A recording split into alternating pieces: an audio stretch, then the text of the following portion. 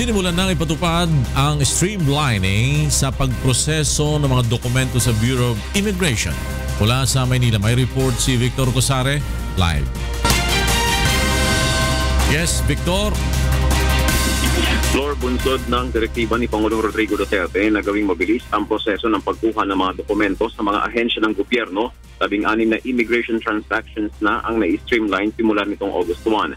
Sa panayam ng programang Get It Straight with Daniel Razon kay Immigration Spokesperson Attorney Maria Antoinette Mangrobang, sinabi nito na ilan sa kanilang ginawa ang pag-alis sa mga redundant requirements na kung tutuusin ay hawak na ng ahensya ang naturang mga record.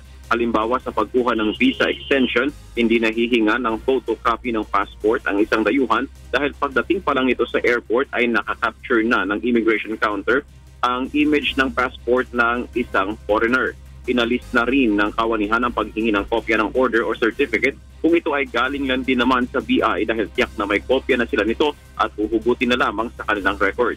Ayon kay Mang Robang, pagkaupo sa pwesto ng bagong Immigration Commissioner, bumuo ito ng technical working group upang pag-aralan kung paano may streamline ang proseso ng transaksyon sa ahensya. Isa ang redundant requirements na nakitang problema kaya ito inalis.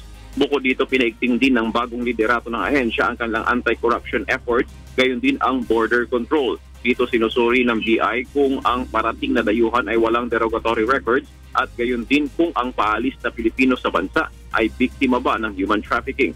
Bilang bahagi ng kampanyang ito, nakipag-ugnayan ang kawanihan sa Interpol upang ma-integrate sa kanilang database ang database ng Interpol, partikular ang listahan nito ng mga nasa red notice list at ang listahan din ng mga missing at stolen passport. Lord? Victor Cosare nagulat mula sa Maynila.